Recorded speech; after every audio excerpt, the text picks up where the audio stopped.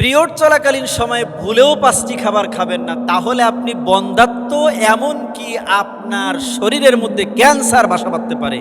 অনেক মা বোনেদেরকে বর্তমান সময়ে দেখা যাচ্ছে অসতর্কতার কারণে তাদের জরায়ু ক্যান্সার হচ্ছে। তাদের এই পিরিয়ড চলাকালীন সময়ে পেট ব্যথা হয়, পিরিয়ড চলাকালীন সময়ে প্রচণ্ড গন্ধ হয়, অতিরিক্ত রক্ত যায়, তার বিভিন্ন ধরনের সমস্যা হয়। অর্থাৎ যত প্রকারের পিরিয়ড চলাকালীন সমস্যা তা হচ্ছে এই ৫টি খাবার পিরিয়ড চলাকালীন সময়ে খাওয়ার কারণে অধিকাংশ মা বোনদের এই রোগগুলো দেখা যাচ্ছে। এই রোগ দীর্ঘদিন যদি কন্টিনিউ থাকে তাহলে আপনি বন্ধ্যাত্ব বরণ করতে পারেন, অথবা আপনার জরায়ু ক্যান্সার হয়ে যেতে পারে। অতএব আপনার পিরিয়ড চলাকালীন সময় আপনি ৫টি খাবার কখনোই খেতে যাবেন না। প্রথম নাম্বার হচ্ছে অতিরিক্ত লবণ জাতীয় খাবার, এগুলো আপনি খেতে যাবেন না। কিন্তু মা বোনদেরকে দেখা যায় পিরিয়ড চলাকালীন সময়ে তারা অতিরিক্ত লবণ দিয়ে তেঁতুল খায় বা টক খায়। অতএব আপনি টক খেতে পারেন, কিন্তু লবণ দিয়ে বা অতিরিক্ত লবণাক্ত যেই চিপসগুলো রয়েছে, বিস্কিটগুলো রয়েছে, চানাচুরগুলো রয়েছে, এগুলো আপনি খেতে যাবেন না। যদি খান তাহলে এই লবণাক্ত খাবার বেশি খাওয়ার কারণে আপনার শরীরের মধ্যে পানির ঘাটতি দেখা দিতে পারে। এ থেকে আপনার পেট ফাঁপা অথবা ব্লিডিং বেড়ে যেতে পারে, যার কারণে আপনার পিরিয়ড চলাকালীন সময় অনেক সমস্যা দেখা দিতে পারে। দ্বিতীয় নাম্বার যে খাবার আপনি খাবেন না তা হচ্ছে অতিরিক্ত চিনি জাতীয় খাবার, কোনো কিছুই খাবেন না। অনেক সময় দেখা যায় পিরিয়ড চলাকালীন সময় অনেক মা বোনেরা গ্লুকোজ খায় বা চিনির পানি খায় বা স্যালাইন খায়।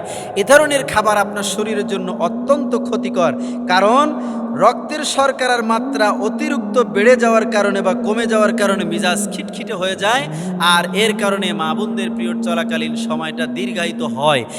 আর ডাক্তারি ভাষায় সাদা বিষ হচ্ছে তিনটে। এক নাম্বার হচ্ছে লবণ, দ্বিতীয় নাম্বার হচ্ছে চিনি, তৃতীয় নাম্বার হচ্ছে ভাত। অতএব যত কম এই লবণ আর চিনি খাওয়া যায় তত বেশি উপকার প্রত্যেকটি মানুষের শরীরের জন্য। তৃতীয় নাম্বার যে খাবারটা আপনি খেতে যাবেন না, ক্যাফেইন যার মধ্যে আছে, বিশেষ করে কফি এবং চা, এটা বেশি পরিমাণে খেতে যাবেন না। যদি খান তাহলে আপনার পিরিয়ডটা বন্ধ হয়ে যেতে পারে, অথবা এটা বেশি পরিমাণে খাওয়ার কারণে আবার ডাইরেক্টও হয়ে যেতে পারে, দীর্ঘদিন লেগে যেতে পারে আপনার পিরিয়ড ভালো হতে।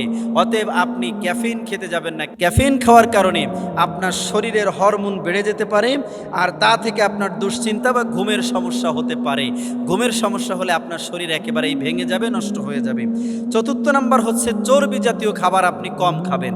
যদি তা না হয় তাহলে আপনার শরীরের মধ্যে এই অতিরিক্ত চর্বি জাতীয় খাবার খাওয়ার কারণে আপনার এই পিরিয়ডের রক্তটা জমাট বেঁধে আপনার শরীরের মধ্যে ক্যান্সার হয়ে যেতে পারে।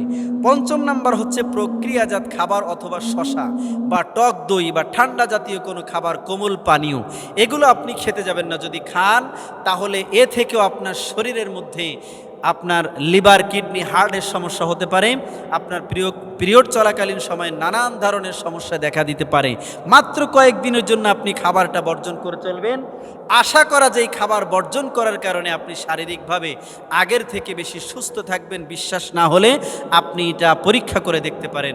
আল্লাহ পাক আমাদের প্রত্যেকটি মা বোনদেরকে সুস্থ এবং সুন্দর জীবন দান করুন, আমিন।